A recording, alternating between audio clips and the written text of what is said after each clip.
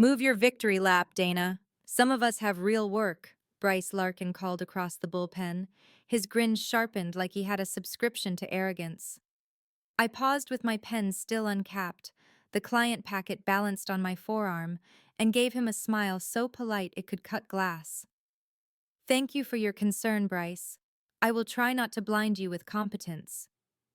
A few heads dipped behind monitors. Someone coughed to hide a laugh. The office at Ravenport Solutions ran on caffeine, quarterly panic, and the quiet sport of watching people pretend they were not terrified of the next alignment meeting. And lately, the air had been thick with that special corporate scent, budget cologne, printer toner, and a lie that had not cooled yet. Still, I had done what I always did. I showed up early enough that the lobby plants looked surprised to see me. I wore my red lipstick like a warning label. I did not waste time trying to be liked by people who treated empathy like an optional add-on. And that morning, I had the crown jewel in my hands. CrownSpire Health, a regional network of clinics with a footprint big enough to make our executives salivate, was ready to sign. Not a vague, we love the partnership handshake. Not a circle back next week brush off. A signature. A full onboarding. A clean commitment to our platform rollout across their sites. I walked into the glass conference room to meet their operations lead, Tessa Rowe, and their legal counsel, Miles Chen. Two people who asked precise questions and appreciated precise answers. My favorite kind of humans. You look like someone who has wrestled a spreadsheet and won, Tessa said as we sat. I only fight battles I intend to finish, I replied. The final page slid across the table. Miles reviewed, nodded, and handed the pen to Tessa. She signed, paused, and then pushed the packet back to me. Congratulations, she said. You were the only one who did not talk to us like we were a line item. Flattery will get you priority support, I said, and she laughed like she needed it. I stepped out into the hallway with the signed agreement and that quiet, satisfying calm that comes after a hard-earned close. I was already drafting the internal email in my head. Client secured, onboarding steps, kickoff coordination, the usual. Then my phone buzzed. Subject: quick adjustment needed. From Client Ops Desk, Ravenport Solutions. Message: please update the signed by field in the intake record. Use Bryce Larkin as signer for internal consistency. I stared at it long enough to feel my pulse slow into something colder. Internal consistency. That was the phrase people used when they were trying to move credit around like furniture in a room they did not live in. I replied immediately. No emojis, no sugar. Me. The signer is me. The client signed with me present. Why would we change it? A minute later, the answer arrived, short enough to qualify as a shrug. Ops desk. Leadership request. Please proceed. Leadership request. Another phrase that meant, do not ask questions, just bend. I walked to the sales director's office. Dorian Vance sat behind his desk with his sleeves rolled up, as if the effort of existing was exhausting. Dorian, I said, holding up the packet. CrownSpire signed. Full rollout. Intake is asking me to change the signer to Bryce. He did not look surprised. That was the first red flag. Just do what Ops asked, he said. Why? He tapped his keyboard without typing. Process. Process does not rewrite reality. His eyes flicked up, flat as conference room carpet. Dana, do not make this a thing. I made my voice pleasantly even. It is already a thing. I need a reason. He leaned back like he was settling in to be useless. It is how we want it documented. I waited. Silence is a wonderful tool in a room full of people who cannot stand it. Dorian blinked. Anything else? Yes, plenty. But I walked out, because my instincts were buzzing like a fire alarm no one wanted to acknowledge. At my desk, I opened the client intake system. The signed by field was locked behind permissions. That was new. So was the request that followed, popping up like a bad joke. Task assigned, resubmit compliance questionnaire with updated signer. Task assigned. Request reapproval from legal for signer modification. Task assigned. Schedule internal review meeting.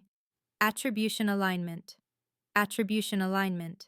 That phrase tasted like theft wearing a tie. I opened the CRM notes and saw something else that did not belong. Bryce's name already attached to the opportunity record in 3 places, like someone had been pre-writing history while I was out doing the work. Across the bullpen, Bryce leaned on a coworker's cubicle wall, laughing too loudly. He glanced at me and lifted his coffee in a mock toast. I lifted my packet in return, sweet as syrup. Then I sat down and began to document everything. Because if they wanted me to jump through hoops, I would. I would just make sure the hoops were on fire when they tried to follow me through. "Why is your name still on that deal?" Bryce asked later, strolling up to my desk like he owned the oxygen around it. I did not look up from my screen. "Because I signed the client." He clicked his tongue, the sound of a man who confused noise with authority. "Leadership wants it cleaned up. You know how it is." "I know exactly how it is," I said, still typing. He leaned closer. "Do not get dramatic, Dana. It is just admin." I finally met his eyes. Admin is where the truth lives when people try to bury it. His grin twitched, then he walked away, muttering something about old-school closers, like experience was an embarrassing rash. My inbox kept feeding me tasks. Each one was framed like a minor procedural hiccup. Each one required time, approvals, and revisions that made no business sense. Re-upload signed documents. Reconfirm client contact list. Re-enter the onboarding timeline. Submit justification for signer correction. I asked the ops desk again, in writing, why the signer needed to change. The answer came back like it had been copy-pasted from the book of corporate indifference. Ops desk. Direction from above. Please proceed. Above. A mystical place where accountability goes to evaporate. I walked to legal. Fiona Malik, our contract counsel, was the only person in the building who could scare an executive with a sentence. "Fiona," I said, "I need to modify the signer on a newly executed agreement. Ops says it is required." Her eyebrows rose in a way that suggested she was already irritated at the concept. "Why would you do that?" "That is my question." She scanned the packet. "The client signed with you present. If anyone alters internal attribution, it should not touch the executed document." "I am not touching the executed document," I said. "They want the intake record, the CRM, and the internal commission chain changed." Fiona's mouth pressed into a thin line. "Who requested this?" "Leadership, allegedly." She stood, grabbed a folder and said, "If they are trying to relabel a deal after execution, they can put it in writing to me." I thanked her and returned to my desk with a new sense of clarity. Someone was not just being petty. Someone was building a paper trail designed to detach me from the deal. An hour later, my calendar filled itself like an aggressive fungus. Meeting. Attribution alignment. Attendees. Me, Dorian Vance, Bryce Larkin, HR. Partner. Celine Quill. Celine Quill was HR in human form, polished, pleasant, and allergic to specifics. In the glass room, Dorian opened with a smile that did not reach his eyes.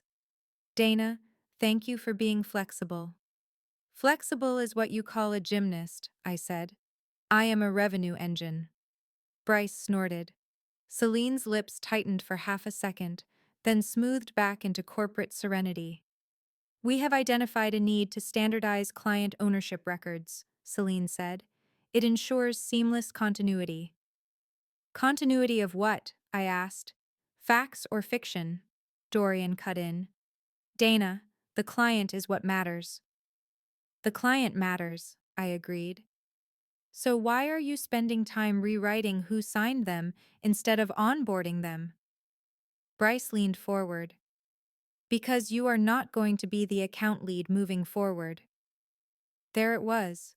Not an answer, but a slip. I turned to Celine. Is that true? Celine smiled with her teeth, like a brand new fence.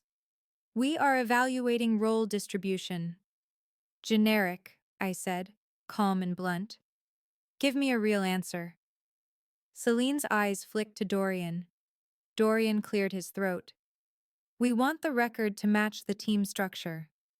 The team structure that changed after I closed it, I said. Bryce shrugged. Happens. I kept my voice level. You asked me to resubmit compliance under a different signer. You asked me to request reapproval from legal. You asked me to spend hours creating the illusion that someone else closed this. Now you are telling me I will not lead the account. Dorian's expression hardened. Dana, you are taking this personally. How else should I take someone trying to erase my name? I asked. As a fun office game? Celine folded her hands. We also need you to complete a transition checklist. What transition? I asked. Celine's pause was microscopic. Still, I saw it. The tell. A routine transition, she said. Just in case. Just in case. Like you put a fire extinguisher near a candle because you plan to light the drapes. I nodded slowly. Send me the checklist. Dorian looked relieved, the fool. Bryce looked smug, the parasite. Celine looked satisfied, the professional. Back at my desk, I opened the checklist. It was not about documentation. It was a full extraction plan. Export client contacts and notes. Upload all internal strategy files. Transfer system access keys. Identify process dependencies. They wanted my work, my relationships, my infrastructure knowledge. They wanted the client and the credit, without the inconvenient person attached. I leaned back and watched the office move around me, people laughing near the coffee machine, pretending their careers were not built on quicksand. Then I opened a private folder on my laptop and started building a second file. Not an export, not a tantrum, not a please reconsider letter, a timeline.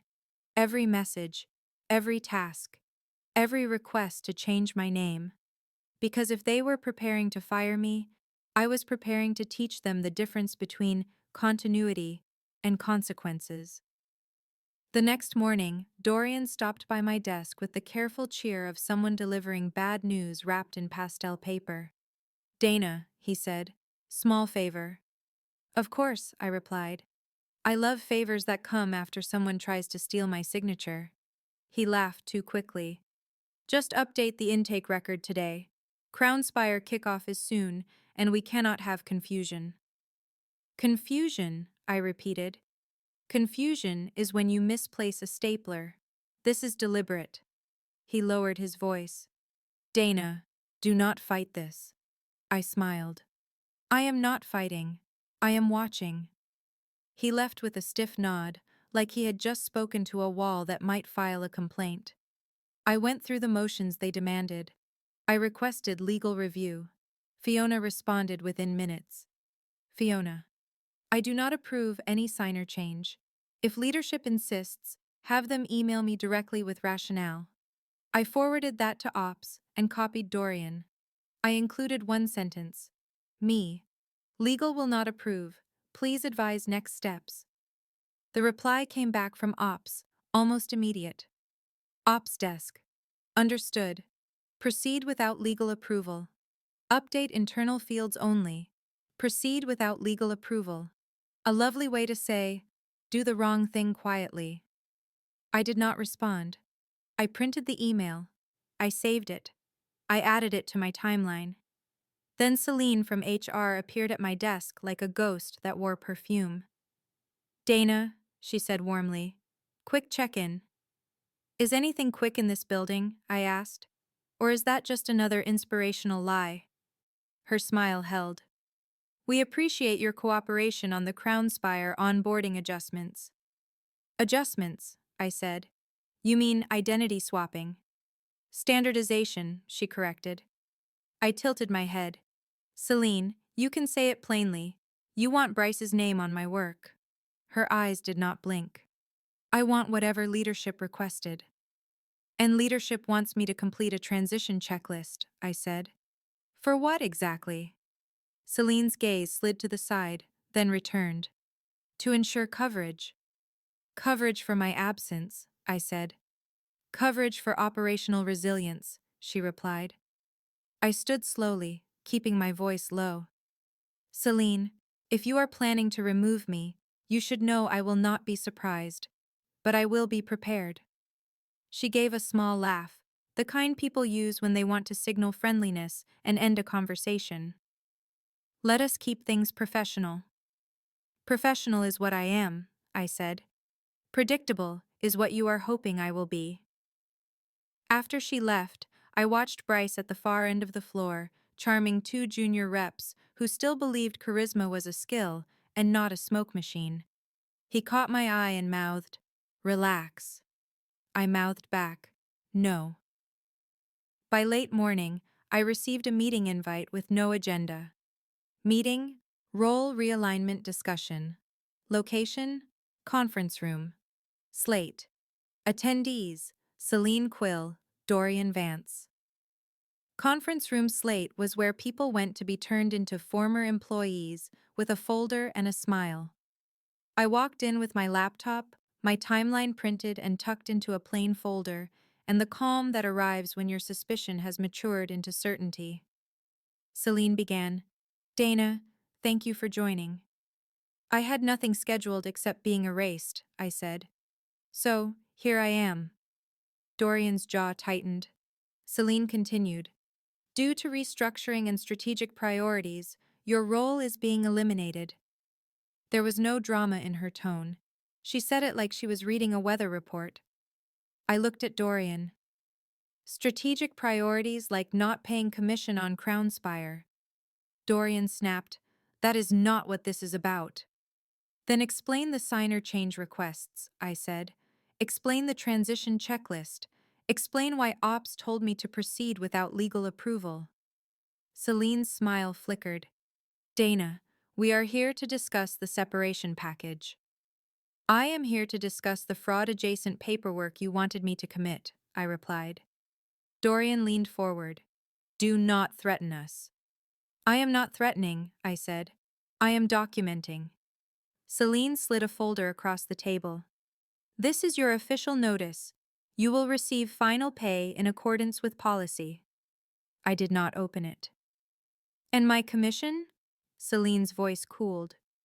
"Commission eligibility is contingent upon employment status at time of payout per the incentive plan." "So you timed this," I said. "You used hoops to delay the internal record, you tried to move credit to Bryce, and you fired me before payout." Dorian's face reddened.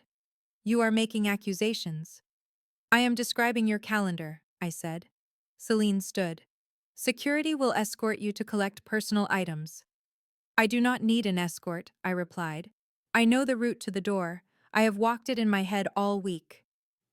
In the hallway, the office noise continued like nothing had happened. It always does.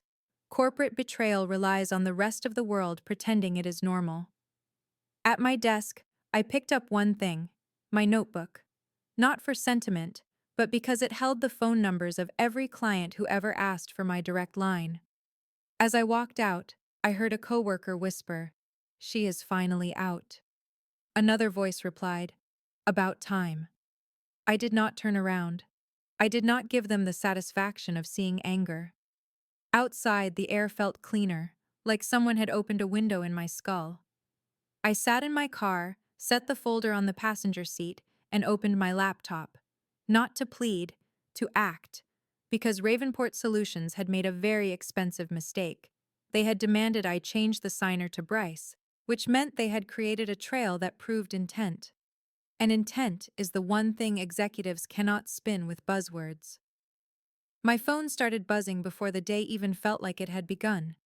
Not with sympathy, not with apologies, but with panic disguised as politeness. Bryce. "Hey, quick question." Dorian. "Dana, can we talk?" Ops desk.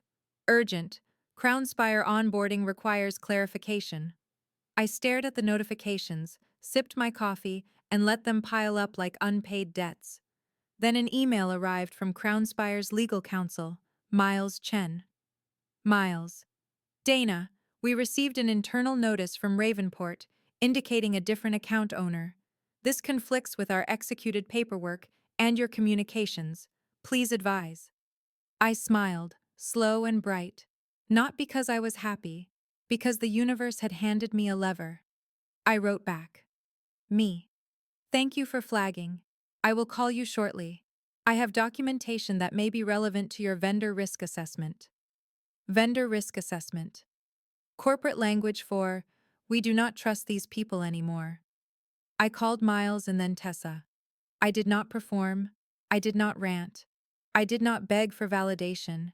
I gave facts in clean lines. I was asked, multiple times, to change internal signer attribution to someone who did not execute the deal, I said. I refused to alter executed documents. I was told to proceed without legal approval on internal records. Shortly after, my role was eliminated. Tessa exhaled slowly. So they tried to rewrite who signed us. Yes, I said. And it matters because it affects accountability and escalation paths. Miles's voice sharpened. Do you have those requests in writing? I do, I replied. Send them, he said. I sent a carefully organized packet. Emails, task assignments, Fiona's refusal, the ops instruction to proceed without legal. I included dates, but avoided the minute-by-minute theatrics. I let the paper speak. Then I did something Ravenport never expected. I stopped focusing on them. I started building my next move. For years, I had been the quiet translator between client reality and corporate fantasy. I knew where the product actually worked, where it needed duct tape, and which promises were safe to make. Clients trusted me because I never hid behind leadership direction. I answered questions. I fixed problems. I told the truth. That trust was portable. I opened my laptop and registered my consultancy name, Lantern Wick Advisory. Not because I wanted to play entrepreneur dress-up, but because I wanted a clean banner to operate under. Within a short while, a message hit my inbox from a former prospect, Dahlia Quent, operations director at a manufacturing group I had courted for months. Dahlia, heard you left Ravenport. Are you available independently? We prefer working with you, not the logo. I replied with a simple line. Me. Yes. Let us talk about what you actually need. While I was on that call, another email arrived. This one from Ravenport's CFO, Maren Kells. Subject: Temporary consulting request. Message: Dana, we request your assistance clarifying CrownSpire account ownership and onboarding steps. We can offer a short-term consulting arrangement. No apology, no accountability. Just the assumption that my time was a spare part they could order on demand. I responded with a single paragraph. Me. I will consult under Lantern Wick Advisory. My rate is triple my prior hourly equivalency. Any engagement requires written acknowledgement that I signed CrownSpire and that any internal attempt to change signer attribution was improper. Payment upfront for the first block of hours. No exceptions. Within minutes, Maren replied. Maren, that rate is not feasible. I wrote back. Me. Then you will need to be feasible without me. Silence followed, thick and satisfying. Later, Dorian called. I let it go to voicemail. Celine emailed, asking for a quick call to clear up misunderstandings.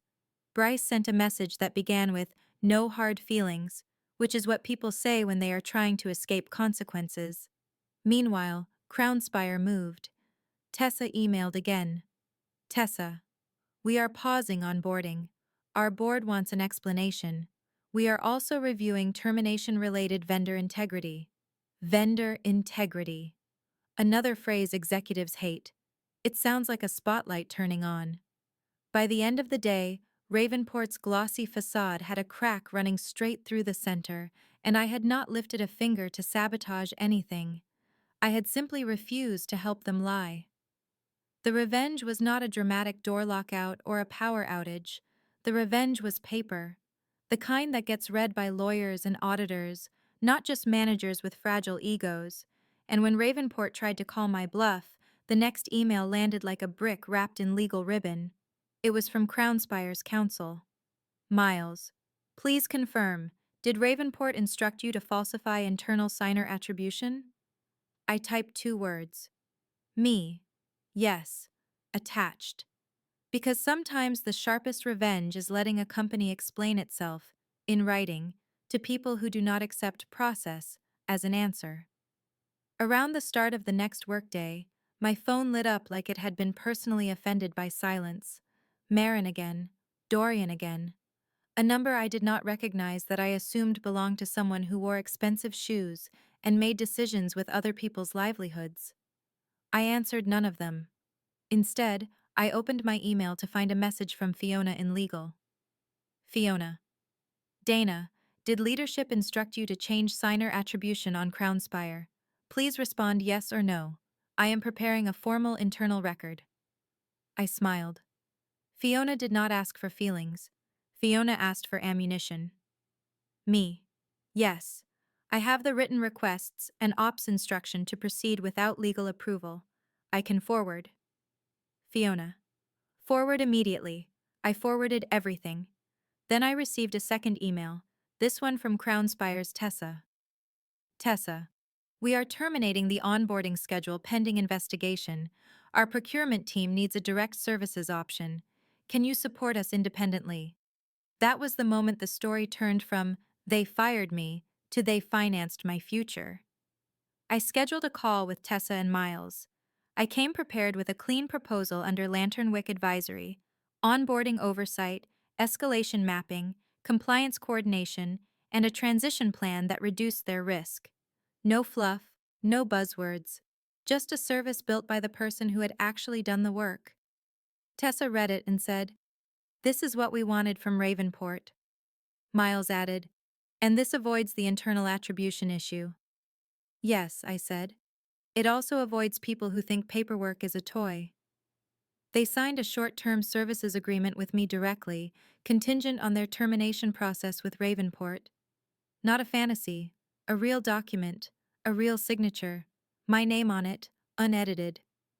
Soon after, the messages from Ravenport changed tone. Marin wrote again. Marin, we are prepared to revisit terms. We need you to confirm to Crownspire that internal attribution errors were administrative. Administrative, the word they used when they wanted theft to sound like a typo. I replied with one line. Me. It was not an error. It was an instruction. Dorian finally emailed a longer note, the kind people write when they realize their power only works inside their own building. Dorian. Dana, you are hurting the company. People depend on these accounts. We can resolve this amicably. Please stop escalating. I stared at that sentence for a long moment. Then I replied. Me. You escalated when you asked me to falsify records and then fired me to avoid payout. I am responding. A short while later, a new message arrived from an address I recognized but had not seen in direct contact with me in years. Ravenport Board Liaison. Board Liaison.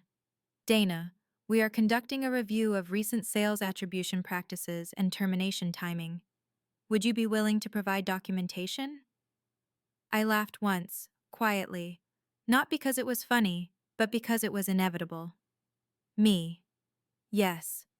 I will provide documentation through counsel. That was the final twist Ravenport never planned for. I did not need to sabotage them. Their own attempt to rewrite a signature had pulled the thread that unraveled their sweater. Within days, Crownspire's pause became a formal notice. Other clients asked questions. Prospects that had been stalled suddenly wanted to speak to me directly. My calendar filled with serious conversations, the kind that had nothing to do with alignment and everything to do with results. And Ravenport? They were left holding an internal record that showed intent, the tasks, the instructions, the generic non-answers, the push to proceed without legal. The hoops they had forced me to jump through became a neat little obstacle course for auditors to walk. On a quiet afternoon, I received one last message from Bryce. It was short, which was the only time brevity had ever improved him. Bryce. This got out of hand. I replied with the same calm I had used all along. Me. No. This finally got honest. I closed my laptop and looked at my whiteboard, now filled with client timelines that belonged to me, not to a company that treated people like replaceable parts. They wanted me to change the name of who signed the client. They wanted my hands on the stamp while someone else took the credit. They wanted hoops, and they wanted me tired enough to jump without looking. Instead, I built a paper trail so bright it could guide a plane through fog. And when they tried to erase me, they discovered the simplest truth of corporate revenge. You can change a field in a database. You cannot change who did the work.